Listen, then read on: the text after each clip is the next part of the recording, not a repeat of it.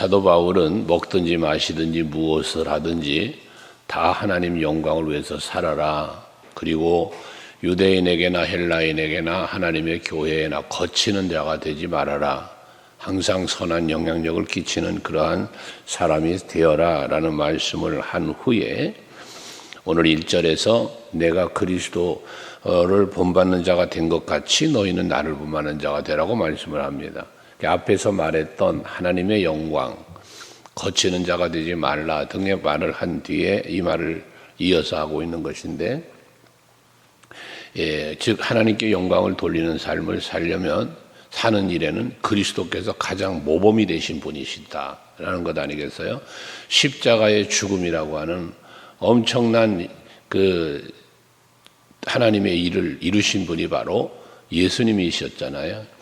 그래서 나의 원대로 마시고 아버지의 원대로 하옵소서라며 순종의 길을 걸어가신 게 십자가를 지심이었지 않았습니까? 그게 예수님께서 우리에게 보여주신 모범이에요. 빌립보서 2장 4절 5절 6절 보면 우리 너희는 마음에 이 마음을 품어라 하면서 예수님의 마음을 품을 것을 우리가 말씀을 하잖아요. 그러면서 이어진 말이 뭐예요? 본체 그는 하나님이셨다는 거죠. 하지만 하나님과 동등됨을 취할 것으로 여기지 아니하시고 종의 형체를 갖추어서 인간의 몸을 입고 이 땅에 오셨다는 게 낮아지심, 겸손함, 그리고 하나님의 뜻이기에 십자가 지심까지 이게 예수님의 모습이었단 말이에요. 근데 그러한 예수님을 바울은 닮았다는 거예요. 자기가 본을 삼았다는 거예요. 다메섹 도성에서 예수님을 만난 후에 바울은 생각이 바뀌고 삶이 바뀌었잖아요. 변화, 완벽한 변화가 일어났죠. 그 변화는 무엇 때문입니까? 오직 예수 위하여, 오직 복음을 위하여 바뀌어진 거예요. 그러니까 바울은 그리스도 예수를 본받는 자가 되었다라는 것이죠. 하나님의 뜻을 이루기 위하여, 자기가 부르심에 합당한 모습으로 살기 위하여 순종하는 바울의 모습을 말하는 거예요. 그러면서 너희는 나를 본받는 자가 되라라고 말하면서 궁극적으로는 뭘 말하는 겁니까? 너희도 내가 예수님을 본받은 것처럼 너희도 예수님을 본받으라는 말을 하고 있는 것입니다.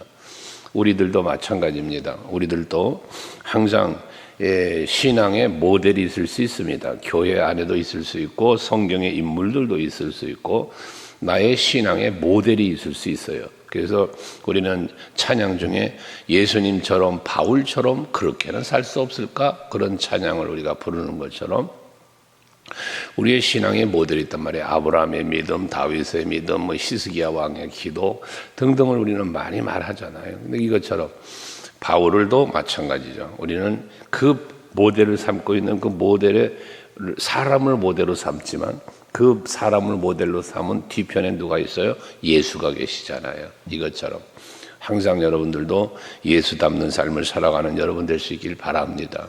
갈라디아서 2장 20절에 보면 바울은 나는 죽고 예수와 함께 십자가에 못 박혔나니 그런즉 이제는 내가 사는 것 아니요 오직 내 안에 그리스도께서 사시는 것이다. 예수를 닮은 자의 삶의 모습을 그렇게 표현했던 거잖아요.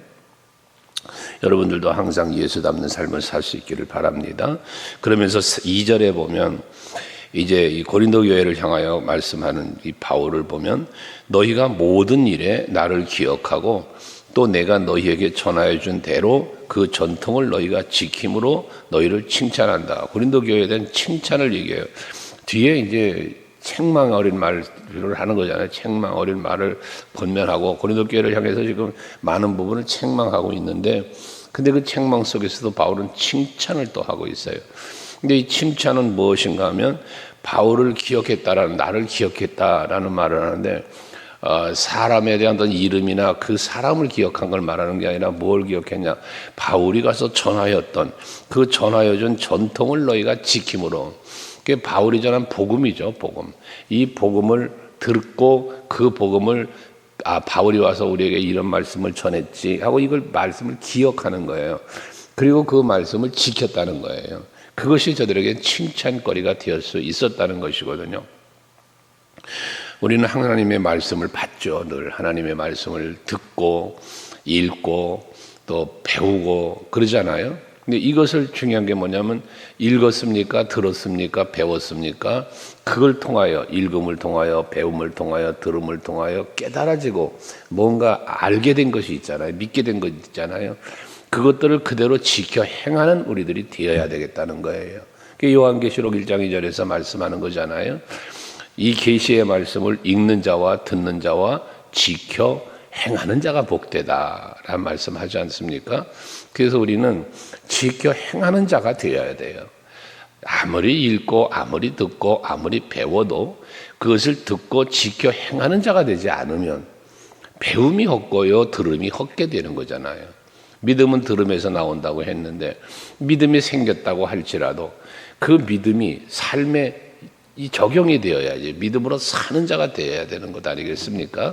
그게 예수님의 십자가 순종이었다는 거예요. 바울의 순종이었다는 거예요. 그것처럼 여러분들도 항상 하나님의 말씀을 듣고 배운 대로 기억하고 성령이 오셔서 하는 일을 요한복음 14장 26절 27절에서 예수께서 말씀하신 것처럼 보혜사 성령이 오시면 예수께서 오셔서 가르쳤던 모든 것들을 생각나게 하고 그 모든 것들대로 살 수 있도록 인도하시는 분이 성령이라고 그랬잖아요. 그러니까 여러분들이 그렇게 항상 하나님의 뜻대로 살기 위하여 힘쓰려면 성령도 충만하게 받아야 될 것을 말씀하고 있는 것이기도 합니다. 그러면서 13절 이하에는 이제 여자와 남자에 대한 또 교회의 어떤 질서와 창조적 질서에 대한 말씀을 하고 있는데 거기 보면 남자의 머리는 3절에 그리스도요 여자의 머리는 남자요 그리스도의 머리는 하나님이시다 라고 하는 말씀을 하는데 이 말씀의 전개는 무엇이냐면 고린도 교회 당시에 이때 당시에는 이제 캐토릭이 많이 이렇게 있었던 시대잖아요. 그러니까 지금도 캐토릭 보면 이렇게 뭐라고 합니까? 그렇게 쓰고 허연 것을 여자분들 쓰고 그러고 예배하고 그러잖아요. 미사 드린다 이제 그러는데 그런 부분에 대한 이야기를 좀 하는 거예요. 근데 여기 보면 뭐 여자들은 머리를 가리고 또 남자들은 같은 경우는 그 통곡의 벽 가보셨지만 모자를 쓰거나 그 뭐 케파라고 하는 걸 이렇게 쓰거나 그러고 들어가고 그러잖아요. 그런 것들을 이제 보게 되는데 이 전통적인 어떤 그런 풍습이에요. 그 부분에 대한 이야기를 하는 건데 핵심 요소는 뭐냐면 바울이 이야기하고자 하는 것이 무엇이냐면 그 머리를 뒤집어 쓰느냐 안 쓰냐라는 그 의식적인 것들에 대한 이야기보다 더 핵심적인 요소가 뭐냐 마지막 16절에 그러잖아요. 논쟁하려고 하지 말아라 라고 하는데 그런 것 갖고 논쟁하는 것을 지금 논쟁이 있었다는 얘기예요. 교회 안에 지금 고린도 교회 안에. 그러니까 바울은 그걸 정리하는데 어떻게 정리하고 있어요? 남자의 머리는 그리스도고 여자의 머리는 남자고 또 그리스도의 머리가 하나님이다. 이 말을 하는 거예요. 이건 뭐냐면 하나의 창조적 질서와 구원의 질서예요. 그래서 교회의 머리를 예수라고 하잖아요. 우리가 그 이유는 무엇입니까?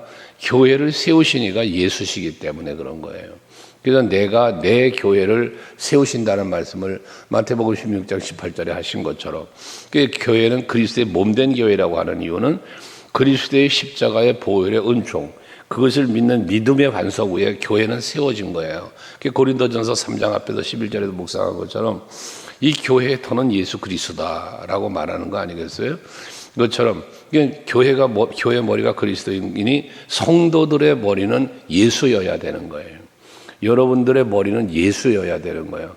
근데 여자의 머리는 남자라고 하는 이유는 무엇이냐면 뒤에 부연 설명들을 계속하지만 하나님이 사람을 지으실 때에 흙으로 남자를 먼저 만드셨잖아 아담을. 독초하는 것이 좋지 않아 하나님이 남자의 갈비뼈를 취하여 여자를 만들었다는 거예요. 여자의 출생은 남자로부터 나왔다는 그 얘기가 이제 계속 나오잖아요. 이거는 뭐 지금 여기서 바울이 하고자 하는 메시지가 핵심 메시지가 뭐냐면 창조 질서를 말하는 거예요. 창조 질서. 그 창조 질서가 그렇잖아. 남자를 만들고 그 후에 여자를 만들고 남자에게서 여자를 만들고. 근데 그러나 그 후에 보면 여자에게서 또 남자가 태어나고 이런 이것 이게 전부 다 창조 질서예요. 하나님의 창조 질서. 그러면서 그리스도가 머리가 되셨다는 것은 결과적으로 그리스도 예수의 은혜로 말미암아 우리 구원함을 받은 것, 우리가 거듭난 것, 새로운 시작, 새로운 시작, 이게 거듭남이잖아요. 이게 그리스도의 머리 되심을 말하는 거예요. 근데 또 그리스도는 머리는 하나님이시다. 성부와 성자의 사역, 이게 이제 구원 사역, 창조 시에는 같이 함께 창조하신 거잖아요. 본체 하나님으로 말씀으로 계시면서 창조 사역을 하셨던 분이잖아요. 본체 하나님이시잖아요. 근데 그리스도의 머리를 하나님이라고 하는 것은 그 구원의 뜻을 이루시기 위하여 성자의 몸으로 이 땅에 오셔서 하나님의 뜻을 이루기 위하여 일을 감당하신 예수, 그걸 머리를 하나님이시다라고 말씀하고 있단 말입니다. 그러니까 이 머리에 뭘 쓰느냐 안 쓰느냐 이런 부분들에 대한 논쟁이거든요. 이건 하나의 논쟁인데 그 근본이 뭐냐는 거예요. 근본, 본성이 뭐냐라는 걸 밝힌 것인데, 그래서 교회는 머리는 예수요, 남자의 머리는 예수요, 여자의 머리는 남자요, 또 그리스도의 머리는 하나님이시다. 지금까지 설명드렸던 그 말씀의 의미를 가지고 말하고 있다. 창조의 질서와 구원의 질서를 말하고 있다는 것입니다. 그래서 교회의 머리는 예수 그리스도시기 때문에 교회는 세상의 어떤 관습이나 사람의 논쟁에 의하여 가는 교회가 되지 말고 오직 예수가 중심이 된 교회로, 우리들의 신앙도 오직 예수, 오직 여호와 하나님을 중심으로 걸어가는 그런 교회와 그런 성도들이 되어야 할 것을 말씀하고 있다는 것입니다. 또한 뒤에 보면 9절에 보면 그런 말 하잖아요. 계속 제가 설명드린 내용이지만 7절에 남자는 하나님의 형상과 영광이니 그 머리를 마땅히 가리지 않거니와 여자는 남자의 영광이라는 말을 해요. 또 9절에 보면 남자가 여자를 위하여 지음을 받지 아니하고 여자가 남자를 위하여 지음 받으신 것이 아니다. 지음 받은 것은 뭐냐? 누구를 위하여냐? 하나님 영광 앞에서 말했잖아요. 하나님 영광을 위해서 지음을 받았다는 것이에요. 그러니까 우리는 항상 하나님 앞에서 자신을 살펴야 하고, 하나님 앞에서 성결하고, 하나님 앞에서 정직하고, 하나님께 영광을 돌리는 우리들이 되어야 할 것을 말하고 있다는 거죠. 특별히 뒤에 가서 보면 천사 얘기를 하잖아. 10절에 보면 그러므로 여자는 천사들로 말미암아 권세 아래에 있는 표를 그 머리에 둘지니라 라고 말씀하고 있는데, 이 천사가 누굽니까? 천사는 섬기는 영이에요. 그래서 하나님을 섬기고 우리 성도들을 섬기는 영이 천사예요. 그러니까 그 천사들은 와서 우리들을 섬길 때 어떻게 섬기겠습니까? 하나님의 뜻을 전달하고 또 우리의 기도를 하나님께로 전달하고, 이런 역할을, 돌봄의 역할을 한다고 천군 천사라는 말을 하잖아요. 이런 역할을 하는데 그게 머리에 있다. 여자의 머리에 있다. 여자를 이끌어가는 이는 누구란 얘기예요? 하나님이 힘을 말씀하고 있는 거예요. 그래서 하나님 앞에 우리는 항상 하나님의 뜻을 따라서 하나님을 따라 살 수 있는 우리들이 되어야 되는데, 그러기 위해서는 뭐가 필요하다? 우리 모두는 여자든 남자든 다 하나님께로부터 난 자들이다라는 그러한 믿음을 가져야 되고, 그 12절에 그러죠. 12절에 보면 모든 것이 하나님에게서 났다. 남자도 하나님께서 낳고 여자도 하나님께서 낳고 부부가 되어 또 가정을 꾸는다. 그것도 하나님이 짝 주어 부부가 되게 하시니 그 가정도 하나님에게서 나왔고, 교회도 하나님에 의해서 세워졌고 만들어져가고, 그 모든 것이 다 하나님에게로부터 나온 거예요. 모든 중심은 하나님 중심, 그리스도 예수 중심, 교회가 중심이 되어져야 한다는 것을 우리는 알아야 된다는 거지. 그 다른 어떤 것도 우리는 스스로, 13절에잖아. 너희는 스스로 판단해봐라. 스스로 판단해라. 여기 너희는 누굽니까? 그리스도인이에요. 고린도 교인들이에요. 그러니까 오늘 우리들도 마찬가지입니다. 우리 스스로가 생각하고 우리 스스로가 판단하는 그 판단의 기준이 어디 있습니까? 말씀이죠. 우리의 판단의 기준이 어디 있어요? 믿음이죠. 그걸 가지고 판단해 보면, 하나님이 누구신가? 예수는 누구시며 성령은 누구신가? 어떤 일을 하시는가? 그렇다면 그런 하나님, 그리스도, 예수, 성령이 삼위일체 하나님께서 하시는 일 가운데 세워진 교회는 그럼 무엇이며, 또 교회의 지체를 이루어 한 몸을 이루어 살아가는 우리 성도는 무엇이며, 남자는 무엇이며 여자는 무엇이며를 생각해 보면 모두가 다가 전부 다 어디로 포커스가 맞춰져 갑니까? 하나님 앞에 맞춰져 가요. 예수 앞에 맞춰져 가는 거예요. 그러니까 이러한 우리들의 모습을 살아가야 되는데, 남자와 여자에 대한 구별을 계속해서 말한 그 모든 것들은 다 무엇을 말하냐? 본성을 찾아가요. 본질을 찾아가라는 거예요. 남자의 본성, 여자의 본성, 교회의 본성, 본질, 이거를 우리는 찾아가야 된다는 것이죠. 본질을 놓쳐버리고 본질을 떠난 것으로 논쟁하는 이런 모습들은 옳지 않다는 거예요. 16절에 보면 논쟁하려는 생각을 가진 자가 있을지라도 그러잖아요. 논쟁을 하려고 생각하는 그런 사람이 있다는 거예요. 다투기를 좋아하는 사람, 뭔가 따지고 덤벼들기를 좋아하는 사람, 이런 사람들이 보면 있잖아요. 무엇을 같이 의논해서 이렇게 해갈 때도 보면 늘 따지기 좋아하는 사람이 있어요. 왜 그렇게 해야 되냐, 뭐 이렇게 하면 안 되냐, 뭐 이런저런 일로 그 따지기 좋아하고 다투려고 하는 이런 사람이 있어요. 그러지 말라. 그런 사람이 있다는 거거든. 고린도 교회 안에도 있다는 거예요. 그래서 논쟁하려는 생각을 가진 자가 있을지라도, 그렇게 따지고 덤벼드는 사람이 있을지라도, 그 말 아니에요? 우리에게나 하나님의 모든 교회에는 이런 관리가 없느니라 라고 말씀해서 앞에서 설명드렸던 모든 것, 중심은 뭐가 되어야 되느냐? 예수가 되어야 된다는 겁니다. 여러분들도 신앙생활은 그래서 예수여야 돼요. 우리는 예수가 없는 신앙생활을 하지 말아야 된다. 교회에 예수가 없으면 교회가 아니라고 그랬잖아요. 우리 마음속에 예수가 없으면 성도가 아니에요. 그러니까 항상 우리는 모든 생각의 중심에 예수가 계셔야 하고, 모든 행동의 중심에도 예수가 있어야 돼요. 그 예수가 중심이 되면 때로는 버려야 할 것 버려야 되고, 지킬 것 지켜야 되고, 그런 거잖아요. 예수가 중심이 되면 모든 우리들의 생각이나 말이나 행동이 바뀌어지는 거예요. 예수로 중심으로. 내 판단, 내 생각, 우리들 어떤 관습조차도, 이 관습이라는 게 뭡니까? 사람이 만들어가는 거잖아요.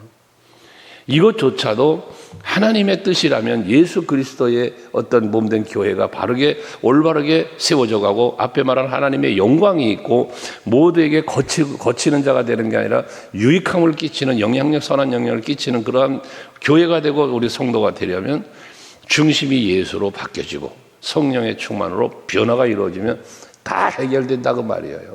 그래서 성령의 충만이 이루어지면 사랑의 그 9가지 열매들에 대한 이야기를 여러분에게 자주 드리잖아요.